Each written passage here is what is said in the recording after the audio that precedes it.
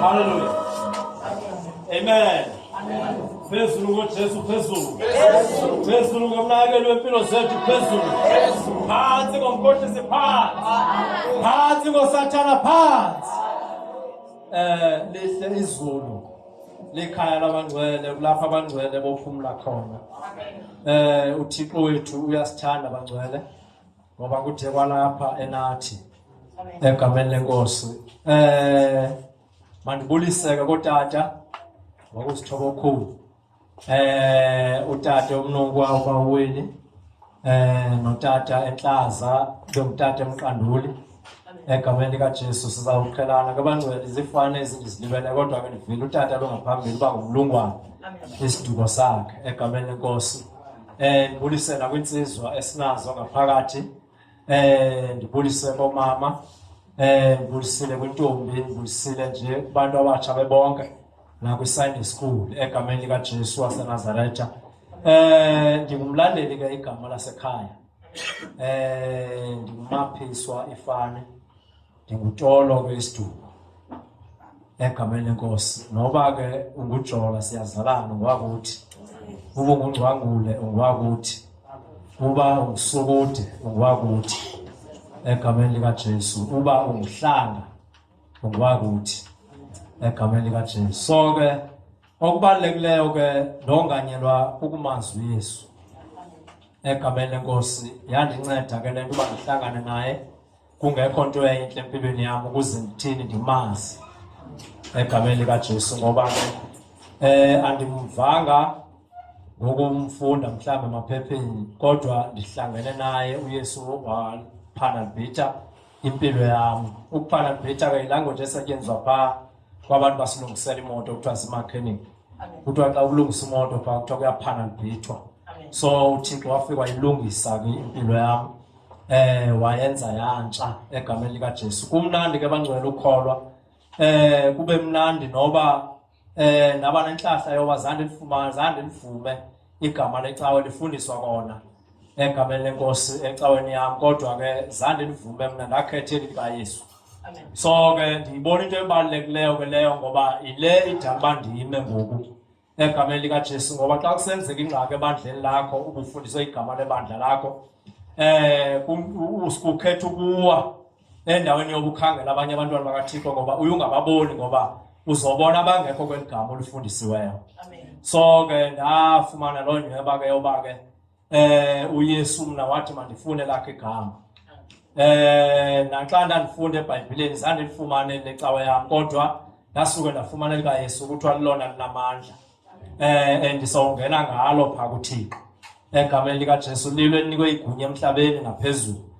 Zonke izenzo zobubi okanye abenzi bobubi onke amayele ke nqoba umnyama kodwa ayagoba phantsi kweli gama likaYesu.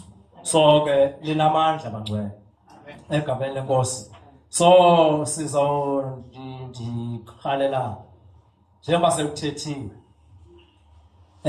apha andazi uba ingangubani okangaqapheli into yoba uThixo ukhona kule ndawo ngoba kwento ethethwayo ifika nomuntu obengekho kwexesha omnye bethetha.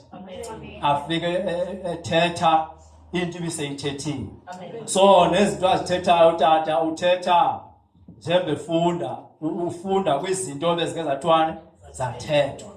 Okutsho ukuthi ke ikhona into enoba uSathane bezama ukuyenza egameni likaJesu enoba ke bekhona ubani enhliziyweni yakhe ebesegqibile uba yena ngenkani yakhe uzokwenza ngolhlobo kodwa ngoku ugameni lobuThixo sethethile tsho ukuthi loo nto leyo bangcwele izawunyamalala aphilele abantu philele uKrestu Yesu ngoba kaloku ngeke ithethwe into igxininiswe iphindaphinde into kanti akho ngxaki ikhona phakathi kwethu. Yayibona bangcwele. So ke ngoku ndizaya kule ncwadi kaJeremaya okanye uYeremiya uchapter 9. So funda nje phaa ichapter iverse ezimbini u26 no25. So ukubeka nje ngoba ndike ndathi izolo xa uyifunde enye into ingasuka izwi okanye uyithetha ingesuka ezwini athi umuntu mhlawumbe ukuthetha into zakho. Kanti ngenxa ukhona umoya noba ukayibona ivesi kodwa umoya uyakwazi uba uthethe into. Kanti uThixo yena uyibhalile. Uyazi uba ihagu ndandiyibetha ngokwemvelo. Kuba mna ndaba nelaki ke ndandingakakholwa. Kodwa ndandizazi izinto ezifana kwenziwa ngabazalwane. Ndandisazi into yoba ndandingena vesi ndingakholwa nandiva. Ndandisazi into yoba mawusindiswa umzalwana akadibananga nento ezidibene nendwala. Kuthiwe umfundisi makosikelela ibhekile emasikweni. Ndandiyazi loo nto leyo. Ndandiyintshoni ke kulalali yam. Umzalwane akayidli inyama yakho. Ndandisazi ndingazivesi mosandikholwa ndithi. Umzalwane akathini akayichebi ikhadi. Ndandipha. Ndiyicheba ke mna ke ikhadi. Because ndandiyazi uba ibhilonga kum kuba ndandingakholwa. Ndisithi ngumdlantombi xa ndiyibiza ndifake icici kweli cala left. Kodwa ndisazi uba umzalwane xa usindiswa awufaki icici. Ndimazi uba umuntu owenze izinto hayi noko kuleli icawe kabani ngeke ndingathi ndirayithi ndikule ndawo ndikuyo. Kodwa xa sendibiza uThixo ndicela uba ndibizele kule cawe kabani. Kuba ndandisazi into yoba yena wehlukene nasezikoneni njengoba singabantu bekona asikhalisi imilozi naye lo walo tata. Kodwa lo uyingxaki lo. Yibona bangcwele. So ke ndaba nayo lo lake njalo yokwazi izinto and ndandisazi uba njengoba ndingakholwa ndiya straight esihogweni. Uba ngaba andincedakalanga nade sikele kwafikela ixesha lokufa ndisahamba le ndlela ndiyihambayo yokuthanda amantombazana nokucheba izikhathi zam ndinxiba ibhulukhwe ezindithi ngqi zindidrowiji. So ke ndandingakazinto yavesi ngela xesha ethi masinxibe ngokusesidimeni. So ke ngoku xa ndifika ndiyiza mna ngokwemvelo. Bathi abazalwana hayi uthethile uThixo ngayo kwivesi ezithile. Ndiba ngathetha ngale nto kuthiwa hayi uthethile uThixo ngayo kwi-chapter ethile kwivesi ethile. Yayibona bangcwele. Yilaa nto ndiye ndithi ezinye izinto uyuzithethe mhlawumbi xa ungumshumayeli noba akho vesi kodwa yona athi uThixo azityhile ngenye imini aziveze uba nantsi le nto. Yayibona bangcwele. Ufundise ngayo ebandleni ungekho vesi uzana kanti uqhutywa ngubani? Uqhutywa ngumoya. Egameni likaJesu. So ke ndandisazi into yoba ke abantu abangoosisi abazithengi inwele. Ndandingazivesi. Abantu abangoosisi abafaki macici. So njengoba ndandingumntu oyengulewu ke ndandithi into yoba wenze ezinto ndisaziyo uba azo zobantu abakholwayo. Uthi hayi ndisindisiwe. Hayi ndidelayo sindiswa ndiyobamba le ndiyaziyo uba yeyakuthi. Yayibona bangcwele uba unxiba ibhulukhwe ungumntu ongusisi ndiyobamba ibhulukhwe. Unxiba ibhulukhwe usindisiwe. Anavesi. Ngeke umlomo ubebovu usindisiwe.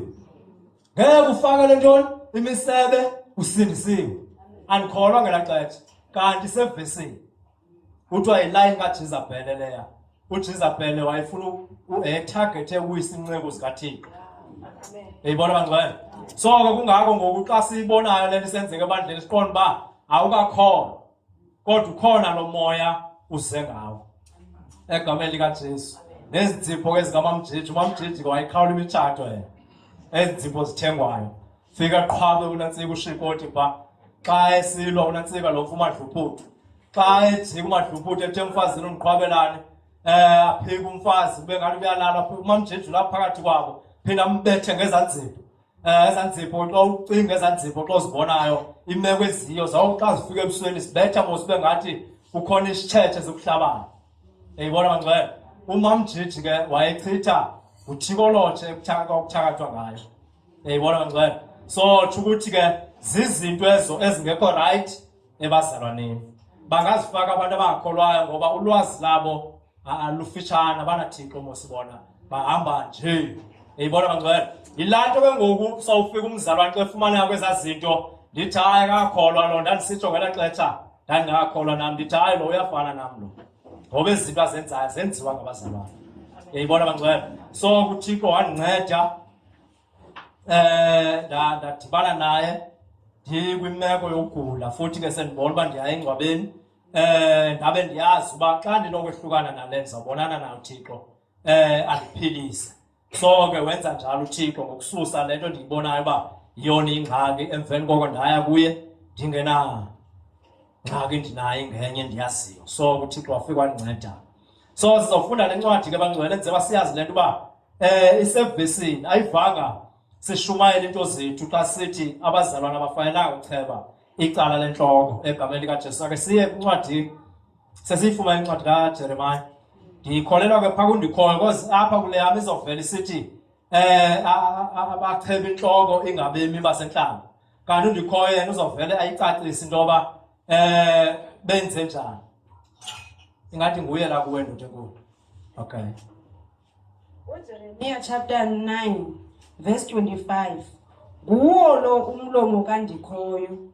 Niyabona iyeza imihla endiya kubohlwaya ngayo kwanabo bolukileyo enyameni. Verse 26. Ndiza kuwohlwaya amaJiputa namaJuda nama-Edomu nama-Amoni namaMowabi kwanabo bangabemi basentlango abanwele zichetyiweyo ezinhlafunweni. Abemi bentlango musi ukuthi ngabantu abangakholwayo, abantu abafanele ukwenza izinto ngoba bona ulwazi labo abanathixo kusemnyama kubo. Yibona bangcwele. So ke ngoku abanwele zichetywe phi ezinhlafunweni. Inhlafuno indawoni xa sihlafuna musi inhlafuno natsikeni abachebanga apha efokothweni kodwa basibethe phi ezinhlafunweni. Ukuthi ke ngoxa usiya kula chapter yamaKorinto befunda kuyo utata waseklasi izawufika isithi pha indoda mayichebe inhloko yonke. Yibona bangcwele. Xa sowucheba ungakhethi uchebe icala lenhloko kodwa ichebe nawo chebe yonke. Yibona bangcwele. So ke ngoku izawuthi kwecala lokufakela kosisi lokuthenga kwenwele uthi inwele umuntu wesifazane wenze njani uzidalele. Azimelwa accountantini. Ukuthi thina siyama ngantoni siyama ngendalo. Yayibona bangcwele. Asiyofolela inzipho pha sisihlehla. Xa kunguDisemba niyofolela inzipho pha. Yayibona bangcwele ikhupha ama-2000. Yayibona bangcwele. Asiwafakela amazinyo igolide. Indlebe ukuzele injalo uThixo ibidinga icici izibenhle ngowakuzala litheni likhona akho nto beyidinga nempumlo. Uba ngabe bidingeka into yoba ibe necici ngewenza njani ngowazalwa ikhona akho nto imehlulayo uThixo. Okanye ubufuna iinzipho zakho zibe bovu ebezokwenza njani yena uba bezidingeka bezozenza zibe bovu. Uba funeka zibeyelwa zenze zibeyelo. Uba amehlo akho funeka layite ndibona laa ntaka ikhona intaka entle phaa kuthi ekuthiwa lithukwana. Ofike le ntaka xa itwabaza kuvela upinki kuvele nje iikhala ezimnyama sentsho nje ungathi lihlwe liyalayita. So ke ngoku umntu uba ngaba bekufuneka benjalo okanye afane nalaa ntaka ngawamenza njengalaa ntaka uThixo. Yayibona bangcwele. So ivele isithi ke ngokwibhayibhile ezanto zazenziwa nguJezabheli laa nto yokuqaba amehlo uzenze zonke izinto unxibe iminisketi uveze ubuze bakho uveze unxibe iskipa esiveze isifuba sakho. Kuthi uJezabheli wayetarget inceko zikaThixo. So funeka uzazi uba ukulomeko injalo siyakwazi into yoba ukulaa moya kaJezabheli uzodistroya wena ibandla. Namadoda akachebe ikhathi ithi ibhayibhile akelukanga apha entliziyweni. Yayibona ke umntu ongelukanga ngokwasenyameni ndizayicacisa nalapha emoyeni. Xa ungelukanga mosubizwa ngoba uyinkwenkwe phaa ezweni. Yayibona bangcwele. So ke ngoku xa ungelukanga mosi inkwenkwe noba ingebe inkukhu iya-understand into yoba le nto uba engekeluki. Yayibona bangcwele.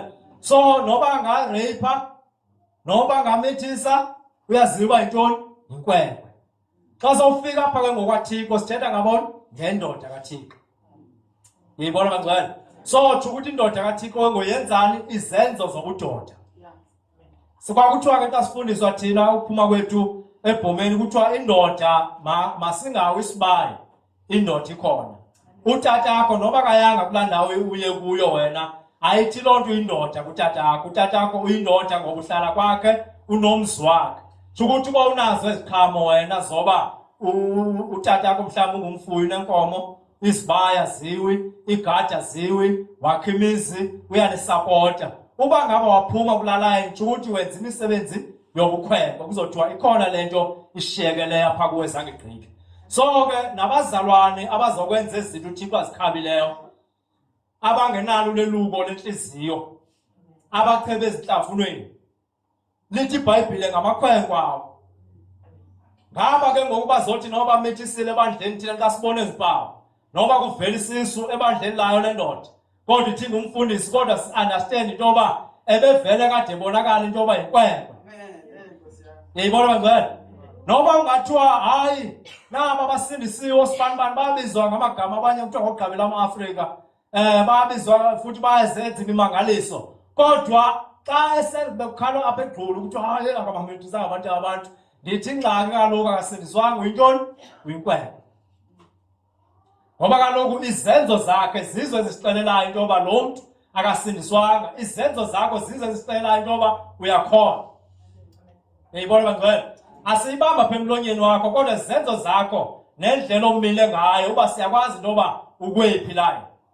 Yayibona bangcwele awukwazi umzalwane uncumaqhisilane webhlukwe esizoba nentloni nathi singamadoda kubekelephi komama kanti lonke loxetha indoda.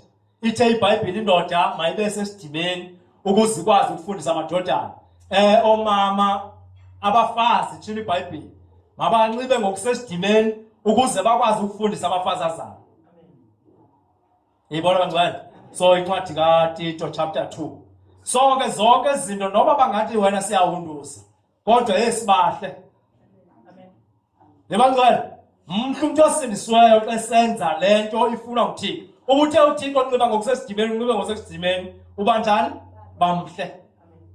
Noba bangakukhatha ke behlabathi kuthiwa hayi mfana yebo ungafakela lamacici egold ungake noko ube mhle unantsike nje unxibe le miniskirt noko umane usehlisa pha xa uworship umane usithi pha umhle kodwa kuThixo unjani umbi.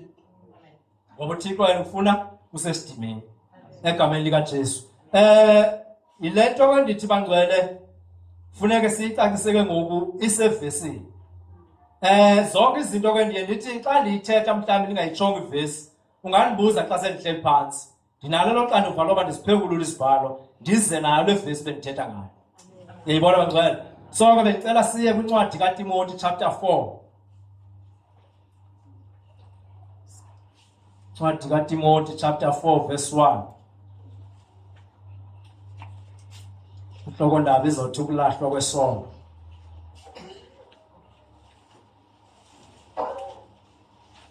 Noba singahlupheka okomzuzwana yena nobusathane ezama ukusilinga thina sibongokwazi ukuthi uJesu ungumeli yena usikhusela imihla uJesu ufanelwe ubukhosi yena yenowanoma wasifela uJesu ufanelwe ubukhosi yena yenowanoma wasifela thina noba singahlupheka okomzuzwana yena nobusathane ezama ukusilinga thina sibongokwazi ukuthi uJesu ungumeli yena usikhusela imihla yena ufanelwe ubukhosi yena yenowanoma wasifela thina. Ukulahlwa kwesono. Timoti wokuqala chapter 4 verse 1. Izawuthi inhloko ndaba ukulahlwa kwesono.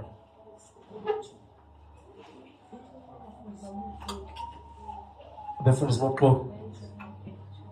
Incwadi kaTimoti chapter 4.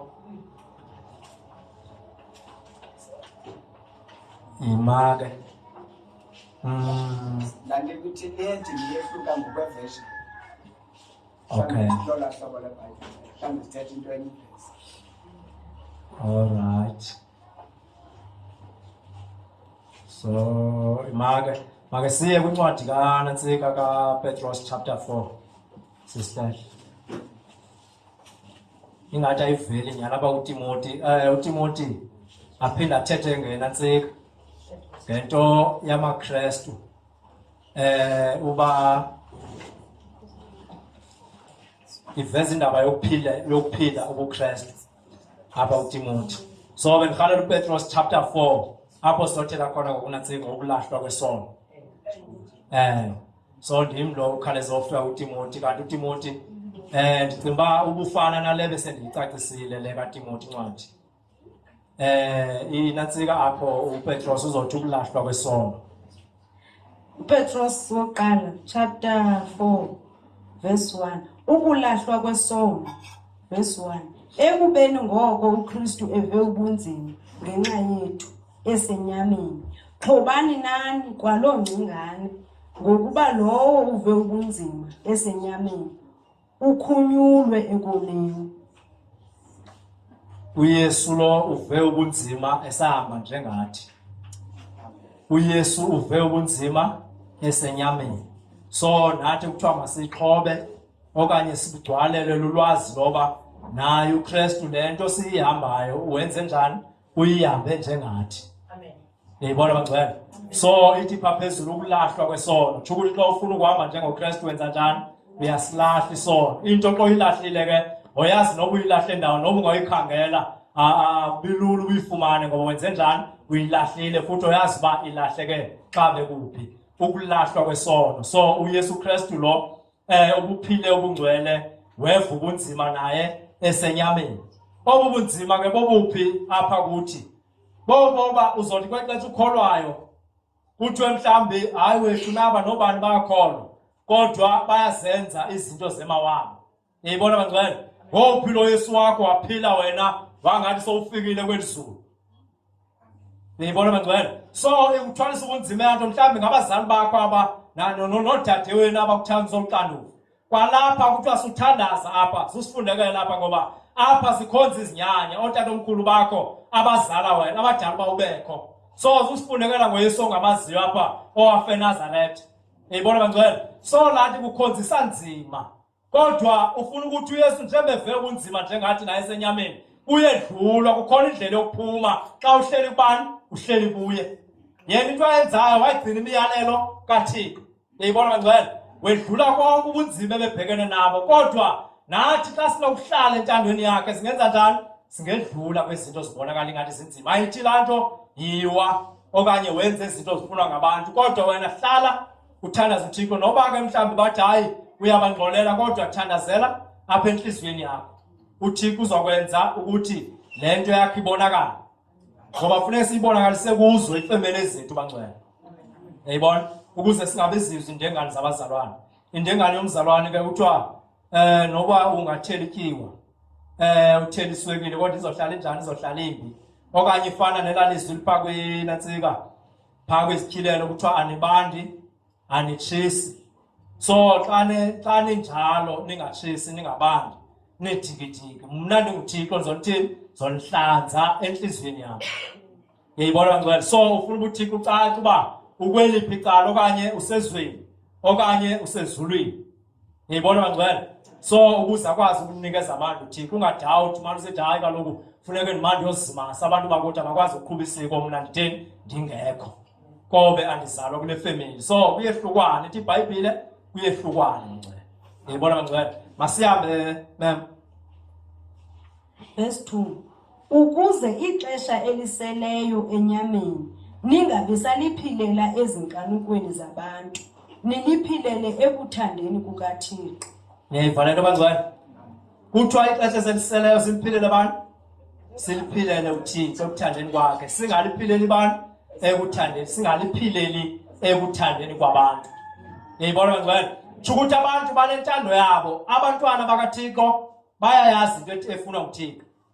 Banendlela abaphila ngazo abantu bona banendlela abaphila ngazo. Tsho ukuthi ke ngokulento into izokuvisa ubunzima ube ngathi akukhonzeki kakuhle. Kodwa xa unoba uyazi lento uba uYesu Kristu lo naye uve ubunzima kwanyanzeleka behlule kunoba aye emntwini kunoba aye kuThixo. Yayibona bangcwele masiyabe mama. Verse 3. Kuba lisanele ixesha elidlulileyo lokuphila kwethu esasisenza ukuthanda kwenhlanga. Sasihamba nje ebuhreletyweni, ezinkanukweni, ekutshisweni yiwayini, ezindlwaleni, emithayini, nasekukhonzeni izithixo okungekhona esikweni. Nevalent abantu abangakholwayo noba bethi nabo banqula uThixo, kodwa ithi iBhayibhile banqula ntoni? Isithixo. Ngoba ixesha ebebeliphile eli baliphilayo, eli xesha baliphilayo abantu abangakholwayo baliphilela ezikanukweni zabo, ekutshisweni ziwayini, ezindlwaleni, ebuheletyweni, okanye singathi mhlawumbi ebufebeni. Niyibona bangcwele? So zizinto ezo ezingenaThixo. So noba bangamsondeza uThixo pha bazama ukumfaka kwezandlwana bathi hayi izosikelela apha mfundisi, kodwa wazi uba yonke le nto yenzayo yenzela isithixo oyenzela ithixo. Isithixo kulapho uzothatha uThixo engezi engazuza futhi uzomfaka kule nto yakho yala mayeza akho. Uba ligqirha mhlawumbi lathi elingubhogo apha eSlovo endandihamba kuliqhwele lithi hey phambi usebenzisa la mayeza ke uqala uthandaze. Yaba ngathi idibana phi ngoku into yeyeza nento kaThixo? Ndicima mos uThixo uyedwa. Xa amayeza endehlule fama ndiye kubani? Ndiye kuThixo ndisebenzise yena yedwa. Thule ndoda ikhombisa ukuthi iyehlulakala kundinyanga. Umuntu ofanele kundinyanga ngubani? uThixo. Ndingaske ndiyeke ndamasaka nje wayo ndisuke ndiqale kuThixo, ngoba nophawu eyafika libeka phaa ekhaya yabeka uphawu lomnqamlezo ifestile nefestile. Uphawu lomnqamlezo lolukabani? LolukaKrestu Yesu. So ke ngoku xa lizosetyenziswa liqhele ukuthi liyawuxelela yona nto afana ukuphila ngayo. Yayibona bangcwele? Kha nguwe ungafuna ukuphila ngale ndlela, ufuna ukudileya uqale emaqhweleni okanye uqale ezithixweni. Awufuni ukuya ukuze impilo yakho ibe njani, ibe right. Yayibona bangcwele? So ke zonke izinto zenzeka xa uzowehlukana nezinto wenele zizinto zomhlaba. Ngoba ithi iBhayibhile lisanele ixesha ebesiliphile lezikanukweni, ukuthi ngoku uzowelela kwelinye ixesha. Yayibona bangcwele? So uyophila ke ngoku phaa impilo ongayaziyo ndoda enkulu fokamagadi. Leli impilo awuyazi luyakuyo, ufana nomakoti xa senda. Ngoba kuthiwa izwi likaThixo lifaniswa nomakoti osafikayo emzini. Kuthiwa umakoti xa efika emzini ufika umama abe ngumama ingabi ngomamakho. Yandiba nje xa efika umakoti utata ngutata angotatakho. Ngiyayivala nditsho mos. Xa uzeka nto amagadi, xa umfazi efika emzini ukoti uzofika utatakho athi ngutata kuye, akazuthi tatakho abe nesazahlulo. Kodwa xa seziphumile zile emzini sebazi oodade bawo noosisi bakhe noobhuti bakhe nootata omncinci bakhe, wenza njani? Uzawukhathala atshintshe ngokulala ngweji ngoba sewuqhelile umzi. Athi hayi ngutata kabani? Utata omncinci mos kuthiwa ngutata kaThembisile. Hayi utata kaThembisile. Yabona behlula ngowabantu kodwa ibikathi utata ingutata wonke, umama ingumama wonke. Athi hayi umama unatsi umamakho. Yabona umamakho ubundenzeni izinto azithethileyo umamakho, ukuthi ke ngokuseqhelile. So uThixo yena usifuna kulaa ndawo besifike ekuqaleni kwaba kulaa layini kamakoti yonke imihla, singatshintshi language nampilo. Yayibona bangcwele? So sidinga abazalwana abanjalo, ngoba umzalwane xa efika kuba kuhle amamele. Akathi mhlawumbi kushuyanyelwa ngayo okanye athi hayi ikho laa nto ibithethwa ngulabawo. Ufuna ulangazelela ukuva emveni kwako ayokwenza. Kodwa nto sekuqhelile, hayi apha ndineminyaka mihlanu apha ndifikile apha. So awunothi wena ufike kule nyanga ipheleyo ndixelele uba mandishumayele ngeyiphi indlela okanye mhlawumbi mandiphile ngeyiphi indlela. Ngoba nabo bani sasifike nabo apha, nabo ngobathini behla kule nto babehamba njengawo. Ukuthi ke ngoku ukoti oseqhelile senezinto azibonileyo ngowacimba noba wazi ngaphezu kwabantu kwaThixo. Kanti uThixo ufuna kulala inoba ilizwi lakhe lihlale lithanjalo xa ulivile ngeke bathethe abantwana bakaThixo kangaka abangcwele kanti izawufika le veki zasenjalo okanye siphinde sive ezinye izinto kule veki zaba hayi umzalwane obekhona apho kule mvuselelo wenze into embi ekubeni uThixo benihleli apha uThixo ethetha ngendlela zonke niyibona abangcwele so nobe nifana nalo makoti ke ngosemdala anifani nalo usemtsha iBhayibhile yona imile kulandayo yoba izwi likaThixo lifana nomakoti osemtsha emzini ofikayo so uliphulaphula ngenkuthalo ilizwi alivayo ebazalini bakhe alenze emveni kongendlela alenza futhi uyayazi into engafunwanga umzali wakhe nobuphi noba ngaseKapa amazwi omzali wakhe ahleli uba ekhaya ufuna ndiphile ngale ndlela so xa ndizophila ngale ndlela akufunekanga abazali bam bayazi leyo ngiyibona abangcwele ukuthi ke ngokukeka uThixo oko xa uzofuna uba abazalwane bayakwazi ukuphila le ndlela ngiyibona abangcwele so funeke uphile ubuKrestu nobuphi umamele ilizwi lomzali wakho ngoba uThixo yena ukho kulo lonke ilizwe noba ungaphi uThixo yena ukhona noba ungabazimela abazalwane kodwa yena ngeke umzimele asiqhubeke sesihlehla verse 4 abathe nqa ngako ukuba ningabaleki kunye nabo ukuya kwakuwo lo melelelo wokuzibhubhisa benyelisa abantu abakholwa abazibhubhisa bayenyelisa niyayiva le nto ukhona umzalwane orhalela ungakholwa ngo ukhona othi kubi ukusindiswa into edala uba ke abazalwane kuthiwe hayi ngeke ningene izulu bathi kulalali yam nina niyafana nathi nina nizokwembelwa batsho kum sizawunembela futhi umlindo ongathi mde emveni koko senze njani sikudibele ugodle umhlaba ngesifuba ngoba kaloku indlela enenza ngayo ningabazalwane yile nathi senza ngayo ukuthi ke ngoku noba ningathi ninoThixo kodwa akho mehluko ndithi ke ngoku awubhekisa apha kum ke ngoku thetha lento le ingeyiyo apha kum athi hayi senditsho wena senditsho nje abantu nithi bakholwa nihamba nabo osibani banaba ewe banantsika bafakela inwele ziyafakela inwele ngumzalwane bona kanti yoba mandibuye ndibuyise inhliziyo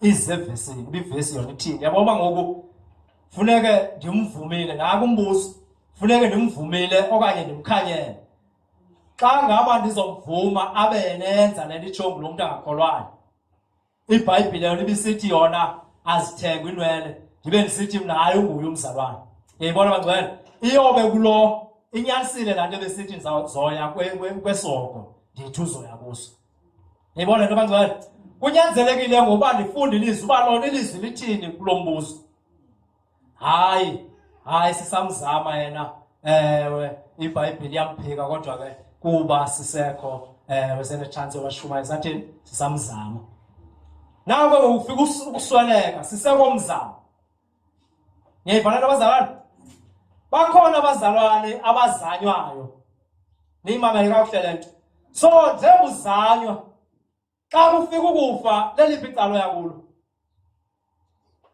uyesu wogweni musa andithi wena musazanywa awufuna ukuguquka yeyiva le mpendulo yam ndiyiphendule lo mntu ongakholwayo ithi ndisamzama iBhayibhile yona ithi azithengwe ziyadana yeyibona bangcwele so ke ngoku abuye athi kukho abefundisi ke nithi ngabefundisi osibani bani babiza amagama ke phakuthi because abefundisi ngosebeyiseyigcwele le nto nasezilalini yawucheba ikhadi umfundisi ufike sinithi niphakamise umfundisi vele kuphakama inkwenkwe uyabona uba lo mntu akayazi ivesi kodwa uthi kuphakama inkwenkwe echebe icala ngaba nabo baye ezulwini njengoba nisithi niye ezulwini thina siyasheka siye ezihogweni kunyanzeleka uba nalapho mandithini mandiye evesini tsho ukuthi ke xa iphikwa ivesi noba ngathi uyakholwa kodwa banyanisile xa besithi uzoyothanda abantu naye so masizilumkele izinto abangcwele kuthiwa masibe ngcathu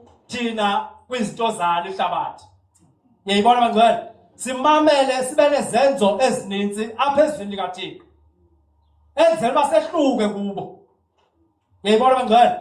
Kodwa noma bangazinxiba isuti, kodwa bayingwa kwaThixo uzothini uzawuvela.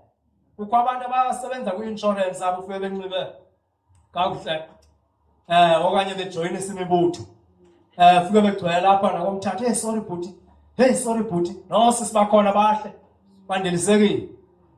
Abantu abuthi uyambona ngoba ethi sorry ucima wena noba ngumfundisi lo ngendlela amhle ngayo. Uthi uyabona nako emfifithi fake ekoni hayibo. Unxibe formal njengomzalwane. Beyibona kodwa iziqhamo ziyathini zona ziyamveza uba ngobani angomzalwane. So ke noma bangangathi bafana nathi ngokunxiba ngoba namagqwetha abamahle amagqwetha. Beyibona bangcwele. Ehombela umsebenzi wabo bawuqoka pha. Beyibona bangcwele. Hayi ngobazalwana aba bawuqoka kodwa benza ngathi xa bengenayo ngathi wena ungena abantu abefundisa ucima uzofumana into eyiyo. Akho kwanto iyiyo. Abanathixo. So umehluko uphi? Ulapho ebeli xa iphila ivangeli iziqhamo zizawulandelelana nawe. Ngiyibona bangcwele. Zizo ezaveza uba uyinxibe nje le nto. Awungomzalwane wena. Babezinxiba mos nabefundisi. Ufika bafaka inantsika. Abantwana sithi hayi nami ndizoya nabesogweni xa kulate. Hlala ezikoneni onkamalanga. Babethwe ngumoya iBhayibhile indawo phantsi kwephapha. iBhayibhile. Ukwenye ilayini ngokwenye iagenda ngokwenye intshumayelo. Intshumayelo zakhe zimbili emini ungumzalwane. Kodwa late akayiyo lento. Ngiyibona bangcwele. So masijonge ke ngokuthina ngoba iBhayibhile zikhona ingcuka ezembethe ufelele kutsha. Ngiyibona bangcwele. Ndicela ke bangcwele siye kulaa ncwadi kaYohane. Ndizawuligqiba. Ngoba yonke into andithi sihamba ngevesi yiyona mose sinyanga ivesi. So incwadi kaYohane umpostile phaa ekugqibeleni ngakwesityhilelo. So chapter 2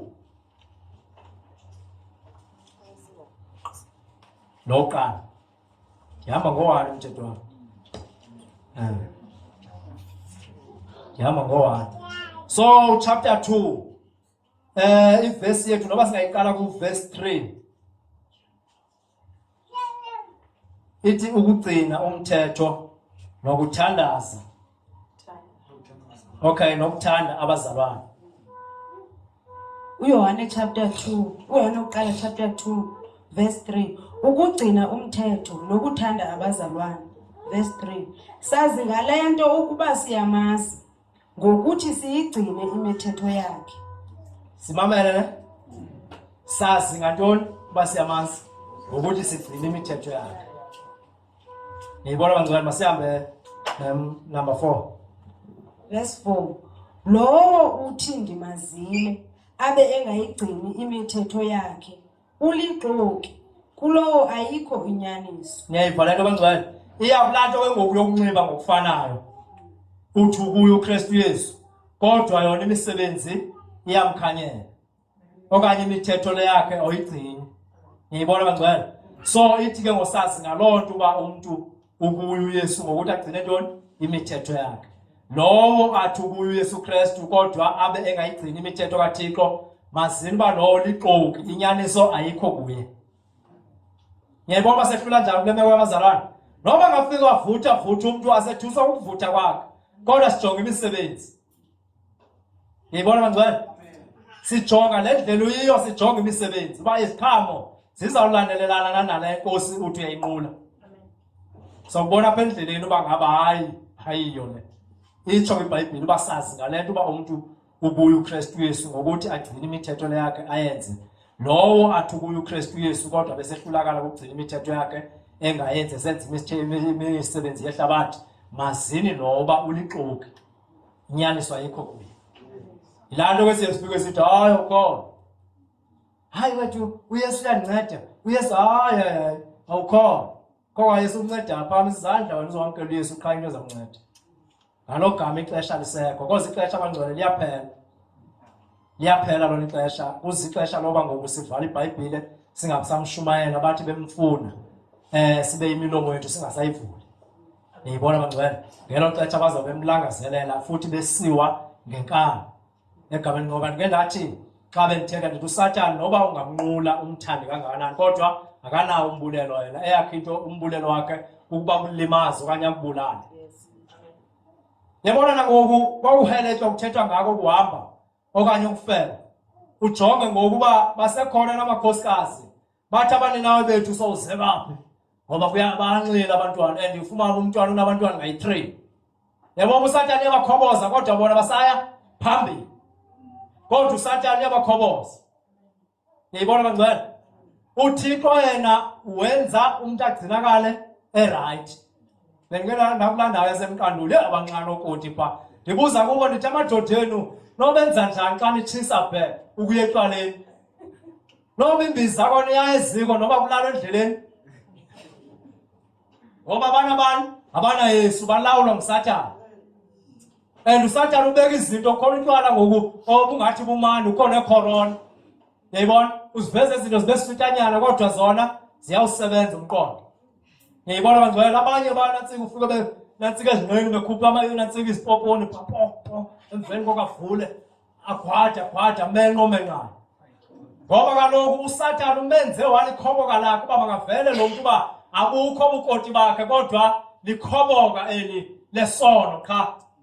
Awunamfazi nje ndithi indoda ayinamfazi indoda enomfazi oselayo likhoboka lotywala tsho ukuthi izidingo zendlu yakhe ungafika negadi ingalinywanga ngoba kaloku ixesha nalo lelo kuyapha itopu sawuthenga utywala. Yayibona abantwana bayalamba kudliwa imali nezi-350 ziyadliwa. Yayibona bangcwele phela abantwana ababini phinde beyi-350 kodwa akho grosari endlini kunzima ngoba ulikhoboka lantoni lotywala. uSathane uqhubela kule nto ingekho right awungeni phaa esipako ecala ukuthi ungena phaa itops ubona lo mnyango uyapha emaxambeni abantwana balambile phaa kuthe uzopeya banethemba bajonge entabeni abantwana vele uyotyiwe qha ukuthi makususwa amantshontsho wena uyanxila ngoku uzowanyathela. Masihambe memhlahla. Verse 5 ke othi aligcine ilizwi lakhe okwenyaniso uthando lukaThixo lugqibelele kulo sazi ngaloo nto ukuba sikuye. Siyavana ne lowo athi agcine izwi likaThixo ngokwenyaniso futhi liyakwazi ukugcina izwi likaThixo ngobuxoki. Bathi abantu bakuye uKrestu Yesu kodwa ubuxoki bube lapha kubo. Ufumana ba ubuzalwane bakhe bophi lapha ebhatyeni asokhulula le bhatyi akana Yesu athi hayo ndiyeke xa ndiyokhulula le bhatyi mfazi ndike ndibuye ndiphendule le nto ithethayo. Indoda ithi awumeke ndiyokhulula le bhatyi emveni koko uzondibona into endiyiyo nyhani uzobona sebuya eyile nto ayiyo. Yayibona bangcwele ngoba kaloku akenaThixo uthini uthi uzayibona le nto ndiyiyo ukuthi lo Yesu wakhe usebhatyeni. Yayibona bangcwele so ithi ke ngoku xa ehlela apha entliziyweni yethu ngokwenene nangenyaniso sinyaniseke so yena uThixo unguye ozohlala esinceda uba makuvele iziqhamo zakhe okanye deliver le nto ayifunayo ezehlabathi izinto ozozidinga uzokwenela zezi uThixo ngoba umbambe ngokwenyaniso. Masiya. Verse 6 lowo uthi uhleli kuye ufanele ukuthi njengoko uhambayo yena enje njalo ukuhamba naye. NjengoYesu wahambayo ezangawo uYesu zanganxila uYesu noba bathi wayenza iwayini bayakha ayihambe apho abantu abakholwa hayi wayenza iwayini babona abantu baphelelwe phaa iwayini emveni koko badidizela abantu banxile. Ndithi hayi ngenguye lowo yena akasenzi isiselo esiphithikeziweyo. So ke bathi naseNazaretha zangavuke ibe ithi iBhayibhile phaa bamazefe khona xa uhlikela ngezantsi phaa kuthiwa lathi ngosuku lwesithathu ingcwaba kwabonakala ilitye lisecaleni engcwabeni ingcwaba livulekile kubalindi ababelijongile ingcwaba.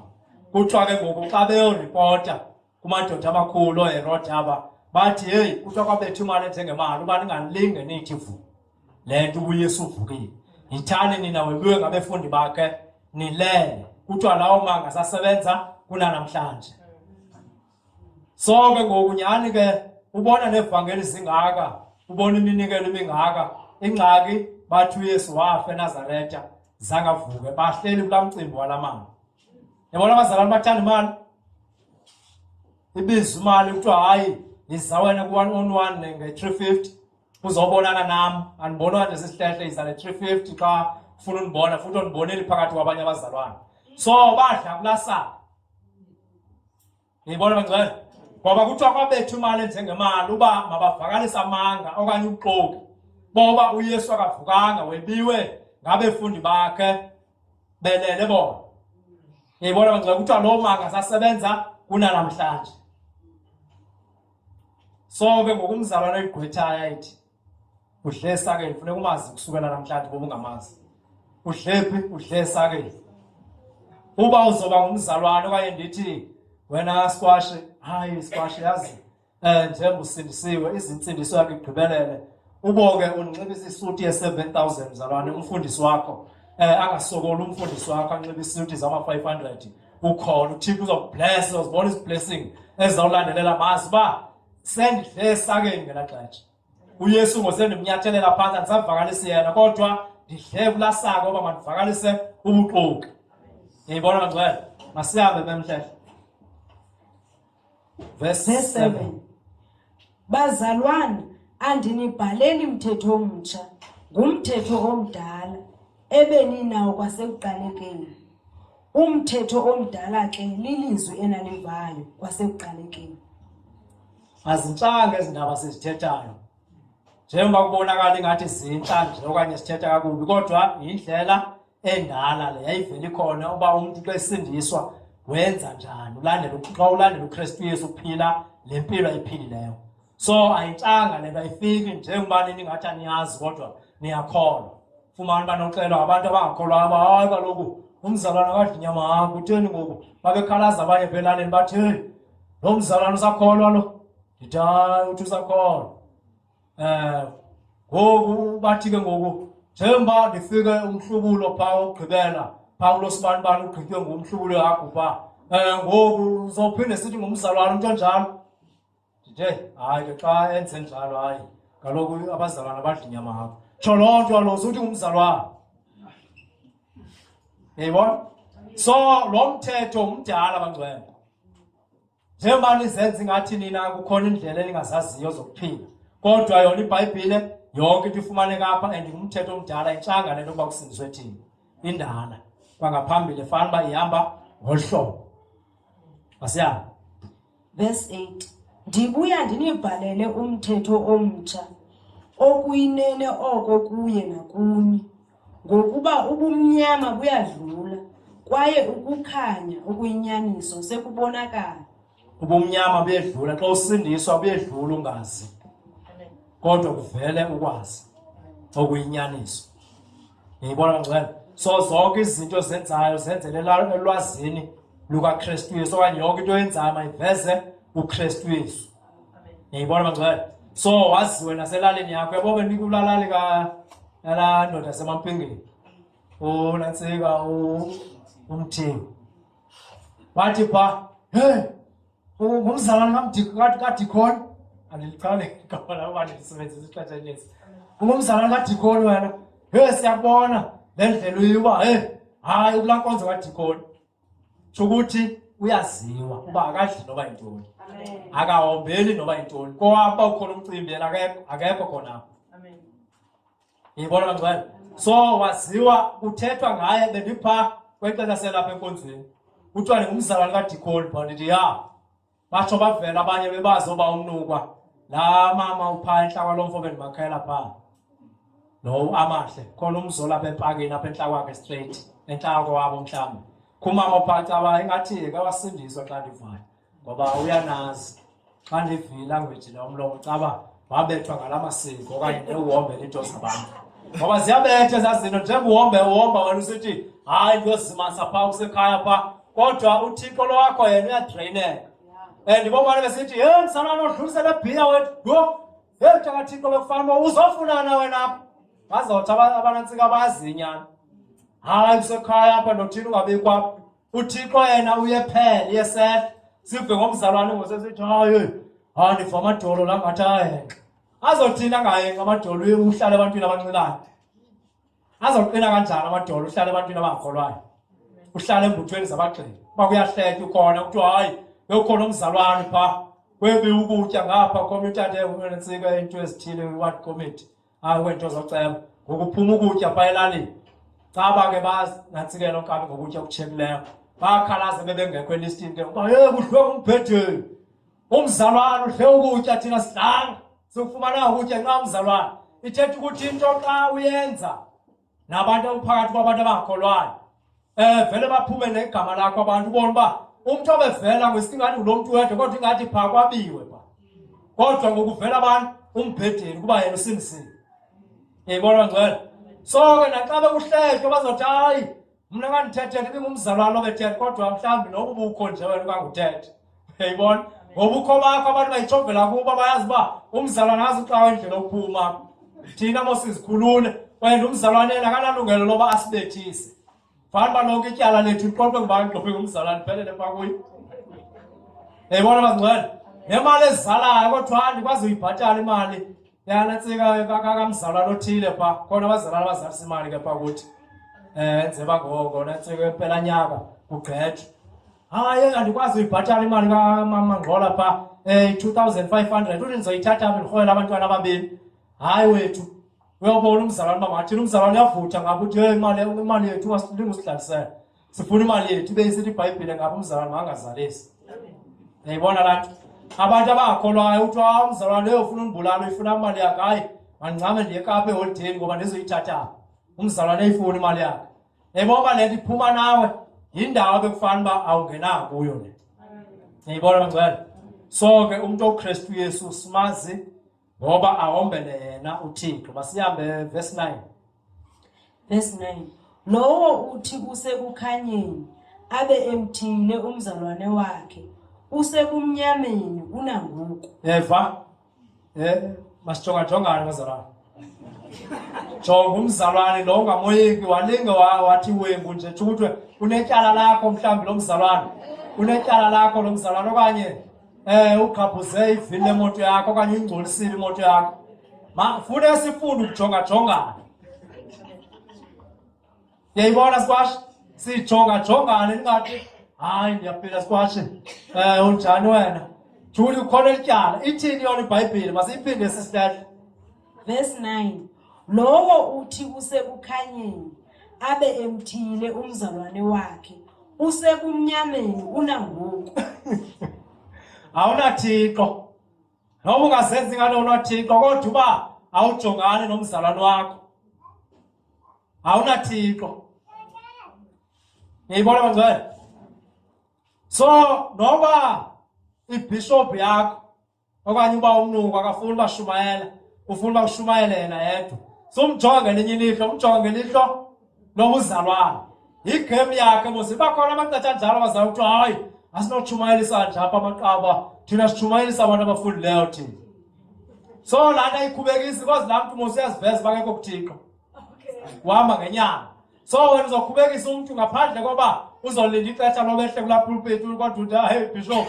hayi ayiseyiyo le ngoku usifundisayo ngoku yabona ngosobuyisa isongo sisendlini xa uzothi ngoku hayi uhamba ngezifundiswa wena ngoku siphakanyisa izifundiswa jongeyisa sisihlehlisa sisibanibani abanye batshiyeka abanye bekhethamile no-6 babo no-A babo amakhehlekazi akhule selusa amakhehlekazi sikhule kuthiwa ke wona umsebenzi wawo kukuba ayenziwe makangayikwa sesikolweni kulinywe kubiwe igadi kweluswe bazawuyingqina loo nto abantu abadala isikolo besingazide siyafika nakule layini yam sibethwe esikolweni phaa ngamakhwenkwe sinduluke kuye elalini sithe sa kodwa akho tata uzoya phaa bathi emathoma sihlanganeni ke siyobuza abantu bethu uba babethelwana kwezaa sikolo kuthiwa unyana kabani xa khona iinkomo ziyahlutha ubona iinkomo zisegazini xa khona unyana kasikathu usikathu wengutata xa ndikhona ndilusile phaa esikolweni abanamsebenzi naloo nto uba ndiyanga esikolo kodwa unyana kasikathu xa khona iinkomo ziyathini ziyatyeba zihluthe zidla phakathi kwamasimi zihambe ziyosela ziyaphelela futhi yayibona usaziwe uba uzosiwe egoli uba ngaba fikele ixesheni lobuphangela okanye isiwe nantsikeni eKapa okanye eDurban isibekephi ke loo nto elo xesha laseDurban ngekunzima uba bekuthiwa bendingawazi umsebenzi wezandla ngoba andinasikolo yayibona sasifika phaa sipeyiswe phaa kuthiwa masibhatale nantsika umntu umuntu nomuntu isikolo singakanani isikolo ke inathi iclass mhlawumbe zilayitha 110 nto kodwa bonke abantu kufanele bebhatele uba ndifike mna ungenayo mhlawumpa emveni konazi ibhotile zikulindile phaa esicithini phaa nohamba ndigijima akho titshala inqanda loo nto kungekho bazali balandelela loo nto sikhule kuloo meko njalo so ke ngoku xa uzothi sawukholwa ufike wena uzothi haya usebenzi ngabantu abangafundanga abantu abangafundanga uthetha ukuthi mos abanceda obona kuthixo uphumile elayinini yibona mangcwele so usesebumnyameni yibona mangcwele ibhishophu noba ingathimbi ibhishophu ithi ndindime elibandleni lam ndalakha ngamagwinya ndandirhuqa itrailer phaa ndinevene ngosibanibani kodwa lo uphumile elayinini aphumile ngobhishophu ayiyo le yona umnikazi wayo uyazifundisela akudingeki ukuba uthini uye esikolweni xa uvumile zikhona into ethi kufuneka isikolo apha kwezi vesi sihamba kuzo noba kuthi umntu makavuma uyesu Kristu emveni koukrestu amenzisa imisebenzi yakhe okanye wena ulangazelele ukwenza imisebenzi yakhe uphile njengaye ngoba naye uvele ubunzima esenyameni andivandi ithetha ngasifundiswa yibona mangcwele so inanto ndithi ke ubomxelela uba hayi ngoku so usenyameni yakho awusekho ngoKristu Yesu yena amahlwempu uyawathatha awafake phakathi kwevuma nenhliziyo zawo akholwe ngenhliziyo zawo vume ngomlomo uyawathatha awafake ebukumkanini awudla naye yibona bangcwele so ke injalo indaba yevangeli masive uverse 10 verse 10 lo umthandayo umzalwane wakhe uhleli ekukhanyeni akanasikhubeko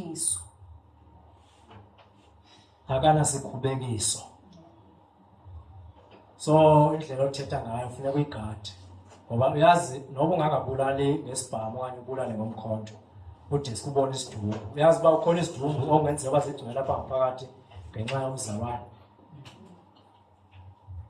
yibona bangcwele ukhona abantu owalinyazwa nguwe ndoda enkulu ngelizwi lakho elaphuma kuwe lamenzi wamntu noba ebelapha ngaphambili ekuworship team aphinde phaa emva yibona bangcwele asithi bangcwele asizoshumayela kodwa indlela ozothetha ngayo kona kona yabona nje bashumayela kuyehlula izinto zihamba ngokwevesi kodwa xa uzothi okanye uthi hayi wena undivimbe ichocolate ungomzalwane mana ukhona yibona abantu mhlawumbi lo mntu kangakubone nokubona ngexesha okanye wena undishiye endleleni sisihlehla awukhona okanye uzidla bhetele ngale moto unayo nathi soba nazo ngenye imini ngumzalwane so ke ngokafusa isihlehla bhekele ngasemva ngenxa amagama kabantu ngenxa amagama wakho angakhiyo so yonke into abangcwele siyithethayo asithi ke ngoba bathi nabo bangakholwayo xa engenzi kakuhle umzalwane afuna basemncome kodwa wenza izimbo okanye wenza amanyala phakathi ebandleni athi